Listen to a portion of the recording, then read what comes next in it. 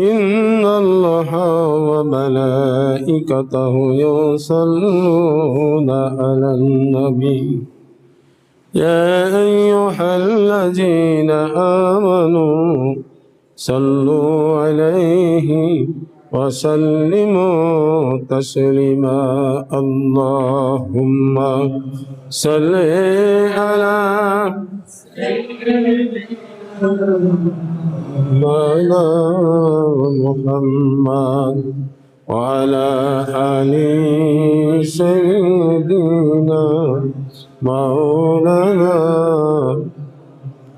الحمد لله نحمده ونصلي على رسوله الكريم আল্লাহ তাআলার অগণন প্রশংসা।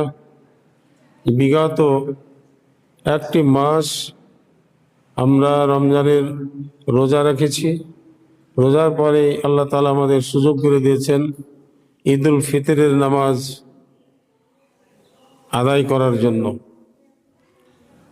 এই ঈদুল ফিতরের নামাজ 2রা হিজরি সর্বপ্রথম শুরু হয়। ঈদুল ফিতর বহু মূল্যবান একটা দিন, যে দিনে একটা লোক সারা জীবন সারা বছর কোনো নামাজই পড়েনি, তার মুসলমানিত্বটা টিকিয়ে রাখার জন্য ঈদের নামাজ যথেষ্ট। ঈদের নামাজ ওয়াজিব, কিন্তু ঈদের খুতবা সুন্নাত। জুমার নামাজ ফরজ, কিন্তু জুমার খুতবা ওয়াজিব। ঈদের নামাজে খুতবা শেষে পড়তে হয়,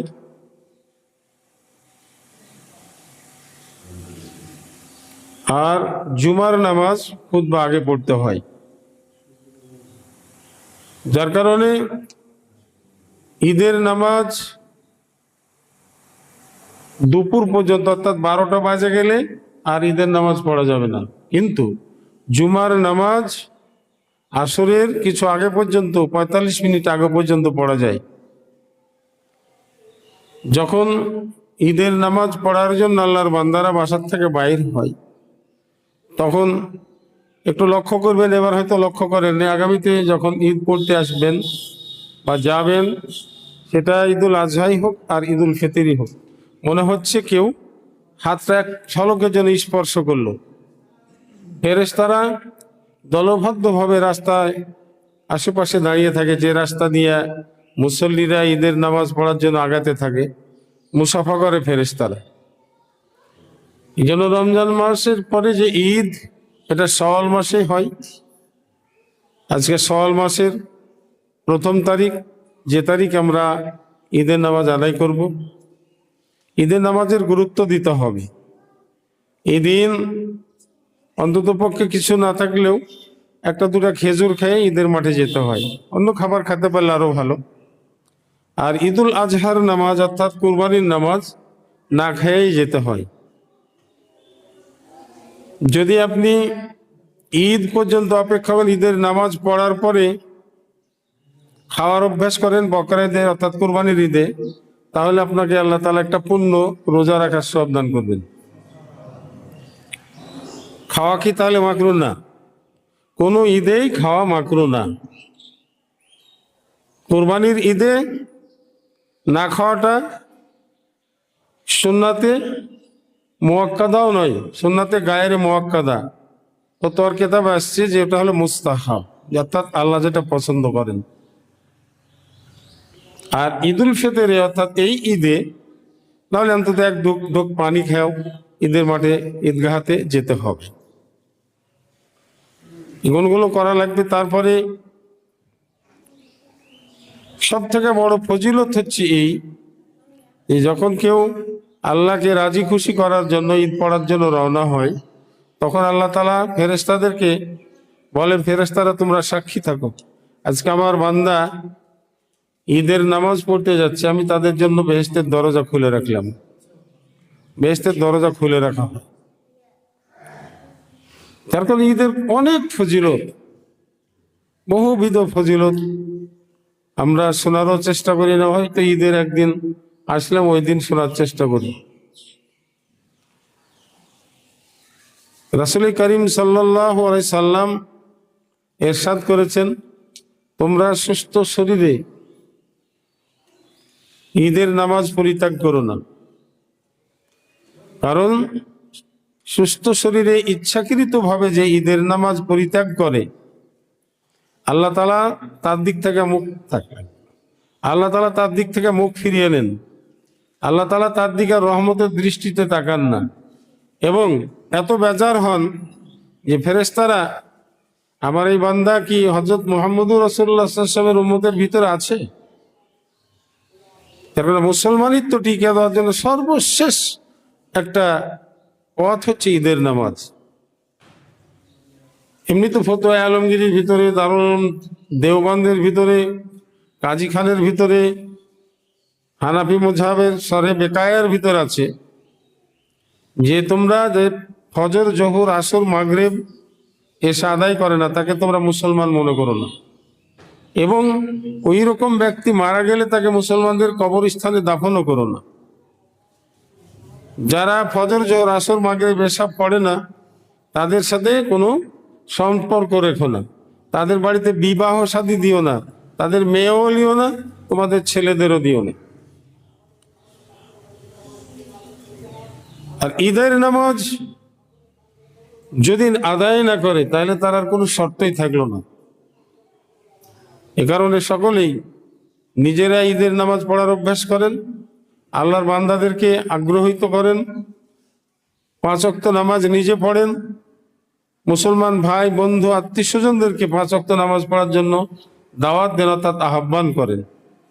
দাওয়াতের বাংলা হচ্ছে আহ্বান, ডাকে লওয়া। আজকে দেখুন একটা মানুষ মারা গেছে, নাজিরপুরের একটা মানুষ মারা গেছে, এর জানাজার জন্য দেখা যাচ্ছে বিয়ানাবোনার লোক, কচিয়াপাড়ার লোক, কানাইডাঙ্গার লোক, চাপালের লোক, কোমরপুরের লোক, বিভিন্ন জায়গার বাচ্চা কাচ্চা দল বাঁধা জানাজা পড়ার জন্য চলে যায়। ঠিক কিনা? ঠিক না?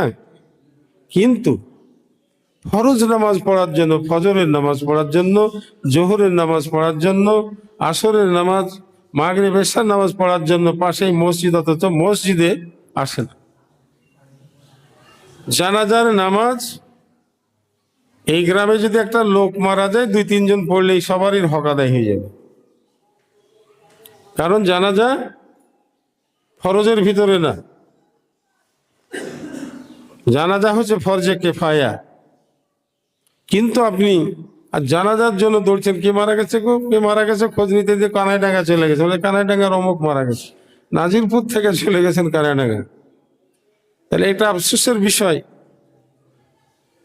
জানাজার জন্য আজকে বাচ্চা কাচ্চা ছোট বড় চলে যাচ্ছেন ছুটতে ছুটতে। দেখা গেছে যে ওই আলিমগঞ্জে মারা গেছে একটা, সেখানেও আপনি চলে গেছেন জানাজায়। কিন্তু আপনাকে গুরুত্ব দিতে হবে যে আপনার বাড়ির পাশে মসজিদ, আপনার গ্রামে মসজিদ, আপনি মসজিদে কেন ফজরের নামাজ পড়তে, জোহরের নামাজ পড়তে, আসরের নামাজ, মাগরিব, এশার নামাজ পড়তে যাননি এবং জুমার জামাতে শামিল হননি? এই বিষয়গুলো খুবই গুরুত্ব দেওয়ার চেষ্টা করতে হবে। জানাজার নামাজ না পড়লে আপনি কাফের হবেন না। জানাজার নামাজ পড়লে যদি আপনি না পড়েন মুশরিক বেদিন হবেন না। কিন্তু আপনি ফজর, জোহর, আসর, মাগরিব, এশা যদি আদায় না করেন তাহলে আপনার মুসলমান থেকে বাদ হওয়ার ভয় আছে। রাসূল করিম সাল্লাল্লাহু আলাইহি ওয়াসাল্লাম এই জন্য ঈদের আগের দিনই, সকালে ঈদ হবে আগেই বলে দিতেন এশার নামাজ রাখতে সমবেত মুসল্লিদেরকে যে তোমরা ঈদের নামাজ আদায় করার জন্য সকাল সকাল প্রস্তুতি গ্রহণ করবে। যারা বেশি ঘুমানোর অভ্যাস আছে, দরকার হলে ঈদের ওই রাতটা তোমরা ঘুমাবে না, কারণ ঘুমিয়ে গেলে নামাজ তোমার বাদ হয়ে যাবে। এইরকম এই অভ্যাসগুলো সাধারণ মানুষের ভিতরে খুব কম আছে। যারা আবেদ, অলি, দরবেশ এই সমস্তের ভিতরে এই অভ্যাসটা আছে যে তারা মানে রাসূল করিম সাল্লাল্লাহু আলাইহি ওয়াসাল্লাম ঈদ এবং বকরা ঈদের সকালে যেভাবে রাত্রিতে কখনো উনি ঘুমাতেন না, আর ওনার তো ঘুমের সাথে কোনো বন্ধুত্বই ছিল না। রাসূলুল্লাহ সাল্লাল্লাহু আলাইহি ওয়াসাল্লাম ঘুমের সাথে কোনো ভালোবাসা ছিল না, উনি ঘুমাতেন না। আমরা যারা দুনিয়াতে পীর ওলি আছি, আমরাও রাসূলের ওই রাত্রিতে না ঘুমানোর সুন্নাতটা ধরে রাখছি। আচ্ছা, আমার পরিবর্তন মনে হচ্ছে, আমি তো 1 সেকেন্ডও ঘুমাইনি, ভুলেও ঢোলো না শুনি। রাত্রিতে পড়েছে কোন সময় একটু কোরআন শরীফ পড়ছি, তসবিহ করছি, এই করতে করতে ফজর হয়ে গেছে, আবার ফজর এসে জামাতে পড়ছি। এই যে আমার এই ঘুমটা ছুটে গেল, আমার ঘুমের সময় হচ্ছে সকালে 7টার দিকে। যদি আর সারাদিন না ঘুমাই তা অসুবিধা নাই। কালকেও যদি 7টা পর্যন্ত আপনি আমার সাথে সময় কাটাতে পারেন, তাহলে কালও আর ঘুমাবো না। এরকম করে আমি পরীক্ষা করে 15 দিন পর্যন্ত থাকছি। রাত্রিতে জলসা করছি, দিনের ভাগে ভক্তবিন্দুর সাথে মুসছি। বাইরে যে মানুষ আশ্চর্য হতো যে হুজুর ঘুমাইলো কখন। কারণ আল্লাহকে যারা ভালোবাসে, রাসূলকে যারা ভালোবাসে, তাদের ঘুমের সাথে কোনো প্রকারের ভালোবাসা নাই। তারা ঘুমকে ভালোবাসতে জানে না। এগুলো একটা অভ্যাস। যখন আপনি যে অভ্যাস করবেন, মানুষ আজকে দেখেন চেষ্টা করতে করতে 30 পারা কোরআনের হাফেজ হয়ে যাচ্ছে, চেষ্টা করতে করতে 6টা হাদিসের কিতাবের হাফেজ হয়ে যাচ্ছে। কেউ কেউ এমনও মানে ইউনিভার্সিটি, হাই স্কুল, কলেজ, ইউনিভার্সিটির ছাত্র আছে যে গোটা ডিকশনারিটাই মুখস্থ করে ফেলছে, গোটা ডিকশনারি মুখস্থ করে ফেলছে। আশ্চর্য ব্যাপার। যেমন আমাদের মেজর ছেলে আমার মিশু, ওরা গোটা ডিকশনারি, ইংলিশ ডিকশনারিটা সম্পূর্ণ আর মুখস্থ। এই যে অভ্যাসগুলো মানুষ চেষ্টা করলে, আল্লাহ কোরআনে বলছেন লাইসালিন ইনসান ইল্লা মাশা, মানুষ যেটা চেষ্টা করবে এটা হবে। চোর হতে চান চোর হয়ে যাবেন, ডাকাত হতে চান ডাকাত হয়ে যাবেন, যদি আপনি আল্লাহর ওলি হতে চান আল্লাহর ওলি হয়ে যাবেন। বদ অভ্যাসগুলো, বদ খাসলতগুলোকে পরিবর্তন করতে হবে, আল্লাহ এবং রাসূলের মহব্বত অর্জন করতে হবে।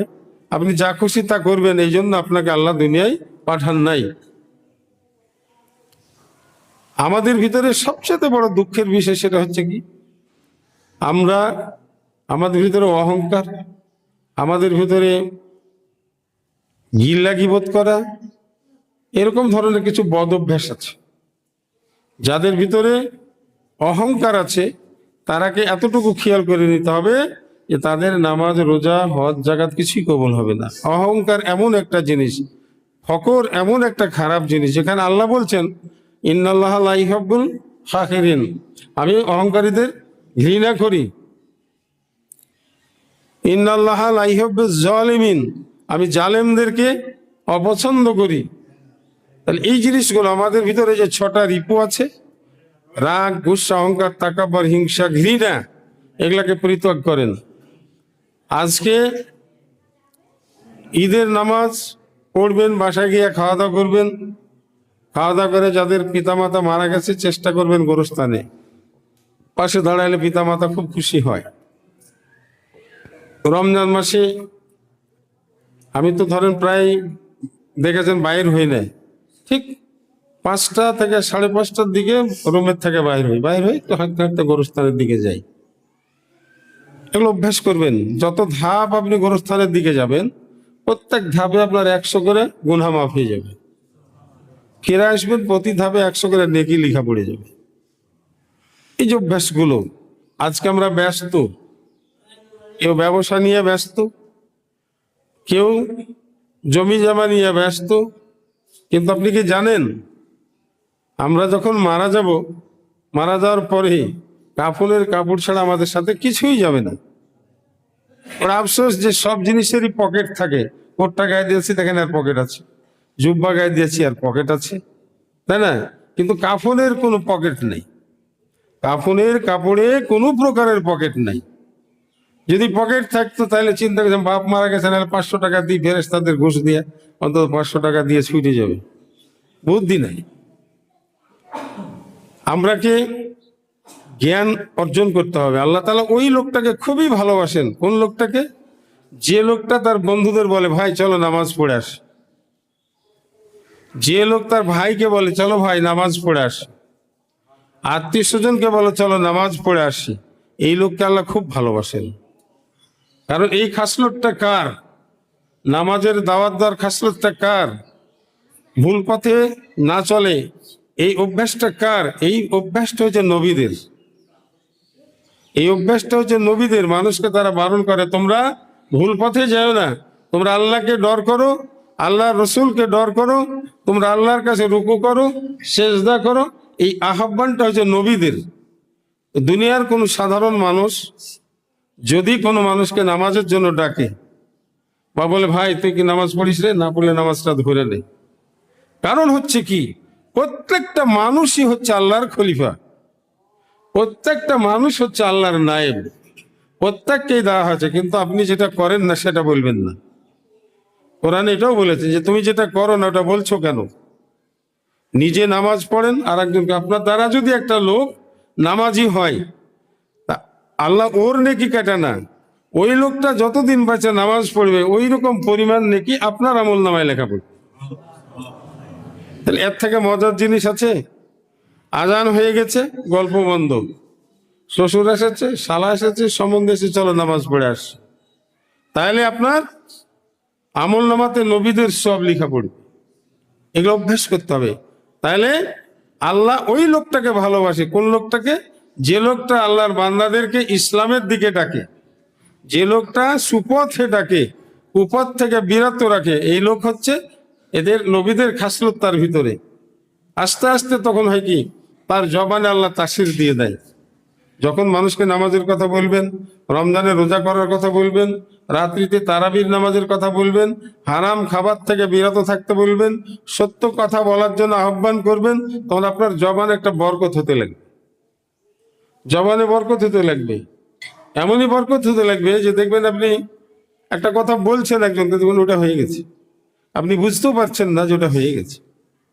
বর্তমান সমাজে সব থেকে বড় যেটা আমাদের সমস্যা সেটা হচ্ছে কি আমাদের অনেকেরই রিজিকটা হালাল না, খাবারটা আমাদের হালাল না। আর হালাল খাবার, আপনাকে আমি প্রায় সময় বলি, হালাল খাবারে এত বরকত, দেলে নূর পয়দা হয়। হারাম খাবারে দেলটা আবছা হয়ে যায়, আস্তে আস্তে দেল অন্ধকার হয়ে যায়। আল্লাহ রসুল বলছেন মানুষ যদি সত্য কথা বলতো আর হালাল খাবার খেত, তার দুই কাঁধের ফেরেশতা কি লিখছে সেটাও বুঝতে পারত। আসমানের ফেরেশতারা দৌড়াদৌড়ি করছে, তারা দেখতে পাত, কিন্তু কেন পাই না? আমরা এত তসবিহ করছি, দরুদ পড়ছি, জিকির করছি, কিন্তু ওই যে ঠোঁট কন্ট্রোল নেই। আচ্ছা, এই ঠোঁট দিয়ে আপনি কোরআনের সূরা পড়ছেন, ঠোঁট দিয়ে দরুদ পড়ছেন, আবার ঠোঁট দিয়ে খারাপ কথা বাইর করছেন, অশ্লীল কথাগুলো জবান থেকে।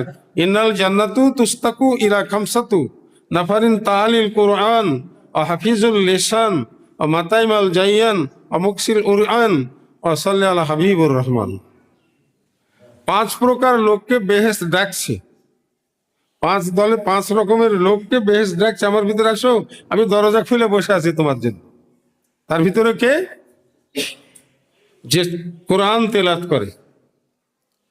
অভ্যাসের ভিতরে সবচেয়ে ভালো অভ্যাস হচ্ছে নিয়মিত কোরআন পড়া। প্রতিদিন ওটা কোরআন পড়তে ওইটা না, আপনি অন্তত 1-2 আয়াত করে পড়েন, বেশি না পারেন আলিফ লাম মিম যালিকাল কিতাবুল লা রাইবা ফীহি হুদাল লিল মুত্তাকিন, এতটুকু পড়েন। এরকম করে 1-2 আয়াত করে প্রতিদিন পড়েন, এটা সবচেয়ে উত্তম অভ্যাস, এর চাইতে আর কোনো ভালো অভ্যাস নেই। তাহলে বলছেন আল্লাহর রসুল, এটা বুখারী শরীফের হাদিস 5ম খণ্ডে আছে, যে 5 প্রকার লোককে বেহেশত ডাকছে, আহ্বান করছে। তাহলে কোন? প্রথম হলো কে? যে লোক কোরআন তেলাওয়াত করে, নাফারিন তাআলিল কোরআন, যে কোরআন তেলাওয়াত করে মহব্বতের সাথে। কার মহব্বত? আল্লাহর মহব্বতে। হিফজুল লিসান, আর যে ঠোঁটকে কন্ট্রোল করে খারাপ কথাবার্তার থেকে, গিল্লা গীবত থেকে, অশ্লীল কথার থেকে। গিল্লা গীবত তো খুবই খারাপ জিনিস। গিল্লা গীবতে হয় কি জানেন? রুজি রোজগারের বরকত কমে যায়। আপনি গিল্লা গীবতের অভ্যাস থাকলে সংসারে দেখবেন একটা অনটন লাগে আছে, আপনি এত ইনকাম করছেন কিন্তু মানে আপনার টানাটানি আর যাচ্ছে না। তো আল্লাহ রসুল বলছেন হিফজুল লিসান, লিসান মানে ঠোঁট, জবান, যে 2 ঠোঁটকে কন্ট্রোল করে। শুধু কথাবার্তা না, মানে হারাম খাবার যে না খায়, হালাল খাবার যে খায়। হিফজুল লিসান, ঠোঁটকে যে কন্ট্রোল করে তাকে বেহেশত রাখছে। মাতাইমাল জাইয়ান, আর ওই ব্যক্তিকে যে গরিব দুঃখী কাঙাল মিসকিন উলঙ্গ ব্যক্তি, কাপড় ছিঁড়ে গেছে, জামা ছিঁড়ে গেছে, এরকম লোককে যে বস্ত্র দেয়, কাপড় দেয়, তাকে বেহেশত রাখছে। আর আরেকটাকে, যে ব্যক্তি ক্ষুধার্তকে খাবার দেয়। প্রকৃতই যদি কোনো আপনি ভুখা লোককে খাবার দেন, 100 বার কোরআন খতম করলে যে সব হয়, একটা ক্ষুধার্ত লোককে খাওয়ালেন। দেখছেন আপনার একটা লোক, একটা পাগল ছাগল রাস্তায় যাচ্ছে, কিছু না পারেন একটা বিস্কুট কিনা খান, একটা বিস্কুট খেয়েও খুশি হলে 100 কোরআনের সব হবে। একটা পাউরুটি দেন ওকে, 100 সব করেন। পাগলদের তো ঘৃণা করাই জানে, তাদের ভালো মন্দ জ্ঞান নেই। আমান সাল্লাহ আলা হাবিবুর রহমান। পঞ্চম নম্বর হলো যে আল্লাহর হাবিবের মহব্বতে দরুদ শরীফ পাঠ করে। আল্লাহুম্মা সাল্লি আলা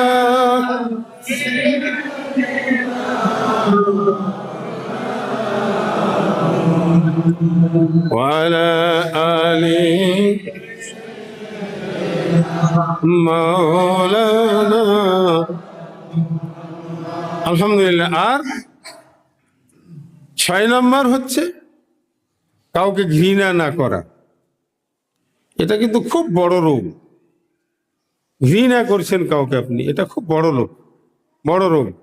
আজকে দেখেন, আমরা যখন কোনো ধনী লোকের কাছে যাই, তোর খুব সাজগোজ করে একেবারে যাই, তারপরে যায় মনে করেন মাথা নত করে মনে করেন মানে কথা বলি তার সাথে, কারণ অর্থের দাম। কিন্তু আপনার একটা গরিব আত্মীয়, আপনার একটা ভাই কি একটা বোন কি একটা চাচাতো ভাই কি মামাতো ভাই কি খালাতো ভাই ইত্যাদি গরিব লোকের এখানে যখন যান, তখন কিন্তু আপনার ভিতরে ওই এহসানটা থাকে না, ওই দয়াটা থাকে না, ওই মায়াটা থাকে না। এই ব্যক্তিকে আল্লাহ তাআলা ঘৃণা করেন। আপনি যখন আল্লাহর সৃষ্টিকে ঘৃণা করেন, আপনার ঘৃণা করবে। আর আমাদের একটা আদত তৈরি করতে হবে। আমরা কি চিরদিনই দুনিয়ায় থাকবো নাকি? এরকম কেউ আছে? যেখানে যার জন্য যিনি ইচ্ছা করলে কিয়ামত পর্যন্ত থাকতেন, আজরাইলের ক্ষমতা ছিল না তোনার কাছে আসতে। হযরত মুহাম্মদুর রাসূলুল্লাহ সাল্লাল্লাহু আলাইহি ওয়াসাল্লাম, তিনার নিকটে আজরাইলের কোনো ক্ষমতা ছিল না, উনি থাকেননি, চলে গেছেন। তাহলে আমাদের তো প্রশ্নই আসে না। হযরত আব্দুল কাদের জিলানীর একটা গল্প পাওয়া যায়। উনি যখন 15 বছর বয়সে এক বাসায় লজিং থেকে বাগদাদে পড়তেন, তো ওই বাড়িতে ওই বাড়িওয়ালার জান কবজ করার জন্য আজরাইল আসছে। 15 বছরের ছেলে, মায়ের পেট থেকে। বলি আজরাইল যে দরজা দিয়ে ঢুকতে যায়, দেখেন আব্দুল কাদের জিলানী রাদিয়াল্লাহু বসে আছে। 4টা দরজার 4টাই দরজায় বসে। আজরাইল ফিরে গিয়ে আল্লাহকে বলেন যে আল্লাহ, তোমার ওলি আব্দুল কাদের জিলানী ঘিরে বসে আছে, যা জিজ্ঞাসা করো কি চাই। আজরাইল এসে বললেন যে আমি তো এই লোকের জান কবজ করেছি, দেখো আমি গরিব মানুষ, জিলান থেকে আসছি, প্রায় 500 মাইল দূর থেকে 15-16 দিন ধরে লাগছে আমার এই বাগদাদে আসতে। এই লোককে যদি তুমি জান কবজ করে, তাহলে আমি কার বাড়িতে থেকে পড়বো? তা আমার যতদিন পড়ার শেষ না হয় ততদিনের জান কবজ করুন। তাহলে যে মানুষের জান বাঁচিয়ে দেয় সেই তো মারা গেছে, আখিরি জামানার সর্বশ্রেষ্ঠ ওলি হযরত মুজাদ্দেদ আল ফিসানি রাদিয়াল্লাহু আনহু। উনি আসমানের যে একটা ধ্রুব তারা দেখছেন না, মোটা একটা তারা হয় না, ওটাকে কুতুব তারা বলা হয়। কুতুব তারাকে দুনিয়ায় নামিয়ে নিয়ে এসেছেন। উনি বলছেন যে যদি বেয়াদবি না হতো, তাহলে আমি আমার আঙ্গুল দিয়ে চাঁদকে 2 খণ্ড করে দেখাতেন। উনি তো মরে গেছেন। খাজা মঈনুদ্দিন চিশতি রহমতুল্লাহ আলাইহি একটা সাগর, আনা সাগরের পানি একটা মশকের ভিতরে ভরে দিয়েছে। আনা সাগর যদি কোনদিন আজমিরে যান, তো দেখবেন আনা সাগর এখান থেকে কমপক্ষে, বেশি কম যদি হয়তো চাপাল হবে। বলে রাজা পৃথ্বীরাজকে বলে বেশি পানি না দিলে 1 মশক দাও।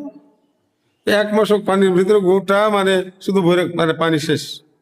শুধু তা না, গরু ছাগলের বাটে কোনো দুধ নেই, মায়েদের স্তনে কোনো পানি নাই, দুধ নাই। এত বড় একটা লোক, সেও তো মরে গেছে।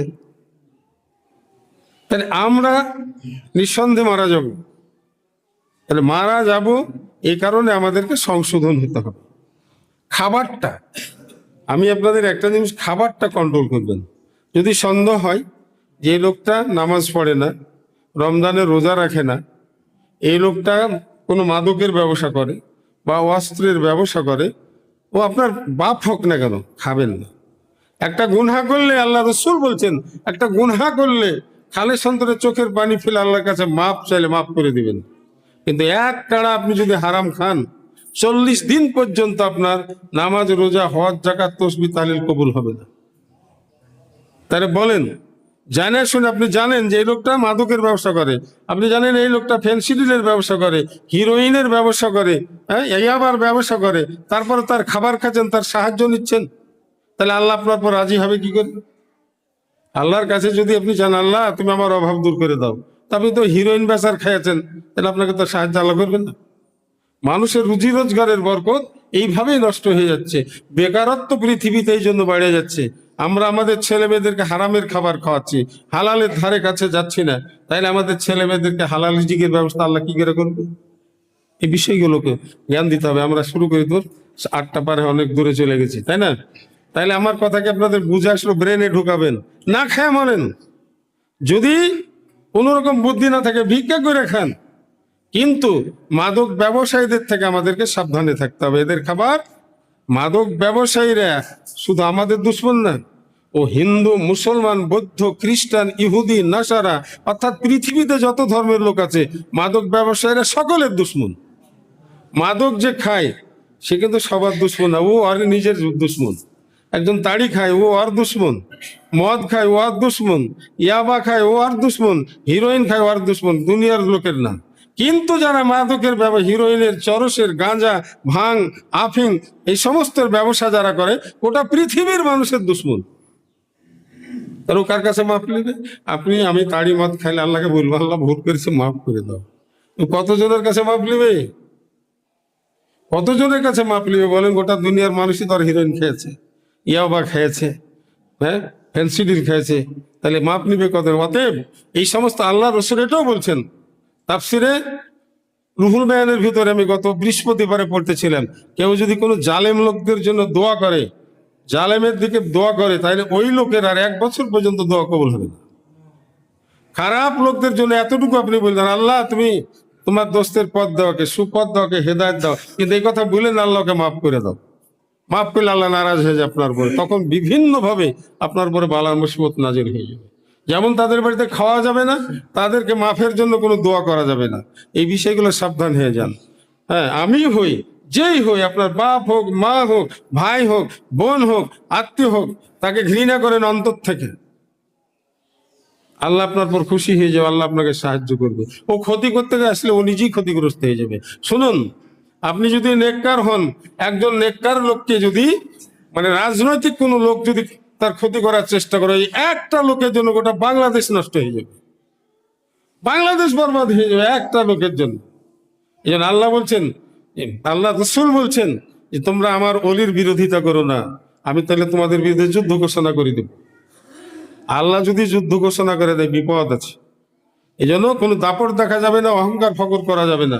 এই অহংকার ফকর মানুষকে পতনের দিকে নিয়ে যায়, উপরের দিকে নিয়ে যেতে চায় না। বাসেন ভালো কাকে? আল্লাহ আলাদেরকে। বাসেন ভালো কাকে? নামাজিকে। বাসেন ভালো কাকে? রোজাদারকে। বাসেন ভালো কাকে? হাজিকে, গাজীকে, মোল্লাকে, মুন্সিকে, যাদের সাথে বেহেশতে থাকবেন। বাঁচাচ্ছেন হিরোইন খোরকে। তো আল্লাহ রসুলের কথায় কি ভুল আছে? আল মারু মামান আহাব্বা, আল্লাহ রসুল বলছেন যে যাকে ভালোবাসবে হাসরের মাঠে সে তার সাথে থাকবে। এখন যদি হিরোইন ব্যবসায়ীকে ভালোবাসা থাকেন, তাহলে আপনার হিরোইন ব্যবসায়ীর সাথে আপনার হাসর হবে। অর্থাৎ এক কথায় মাদক ব্যবসায়ীকে যদি আপনি ভালোবাসা থাকেন, তাহলে আপনি হাসরে মাদক ব্যবসায়ীর সাথেই থাকবেন। এই কথাটা কি? সহি হাদিস, আল মারু মামান আহাব্বাহু। এই হাদিসের অস্বীকার পৃথিবীর না পারবে হানাফি, সাফি, মালিকি, হাম্বেলি, আহলে হাদিস, কেউ অস্বীকার করবে না এই হাদিসটা। কারণ সব মুজহাবের আলেমেরা হাদিসটা পড়েছেন। আল্লাহ যেন আমাদের বুঝদেন। সবাই পড়ি আল্লাহু আকবার, আল্লাহু আকবার, লা ইলাহা ইল্লাল্লাহ, আল্লাহু আকবার, আল্লাহু আকবার, ওয়ালিল্লাহিল হামদ। আমরা আজকে নামাজের শেষে এটাও ওয়াদা করবো আল্লাহর কাছে। ওয়াদা করা ভালো, খেলাফ হলে আল্লাহ ক্ষমা করে। আল্লাহ আজকে আলোচনায় যেগুলো শুনলাম আমরাকে পালন করার তৌফিক দিও, এতটুকু বলবেন। বা এরকম বললেন না যে আল্লাহ আজ থেকেই পালন করবো, তাহলে ভয় আছে, তাই না? মানুষকে তো আল্লাহ ফুরসত দিয়েছে। বলবেন আল্লাহ আওয়াজ শুনলাম, এগুলো পালন করার চেষ্টা করবো। যে কাজের এতে বলতে ইনশাআল্লাহ। আর ইনশাআল্লাহর একটা গল্প শুনিয়ে দিই, সত্য গল্প। হাফেজ বলে একটা লোক আবর্ষণ মন্ডলের বাড়িতে থাকতো, ইন্ডিয়ার।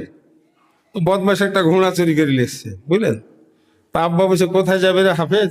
তো কাকন হাট যাবো ঘোড়াটা বেচতে। তা আবর্ষণ মন্ডল বেচাই বোকা ইনশাআল্লাহ বল। কিসের ইনশাল্লাহ? বলছে ঘোড়া নিয়ে যাচ্ছিস বেচতে, বল ইনশাল্লাহ। ইনশাল্লাহ বলেনি। বৃহস্পতিবার হাট, আমার বাবা তো হাটে যেত ঘোড়ায় ছিল। তো এখন ঘোড়া কিনতে এসে এক ঠক করেছে কি, ভাই ঘোড়াটা একটু চালিয়ে দেখি। চালাতে লেগে বলে ঘোড়া ভালো আর একটু যাই। 3 বারের বেলায় কিন্তু ঘোড়া নিয়ে চলে গেছে।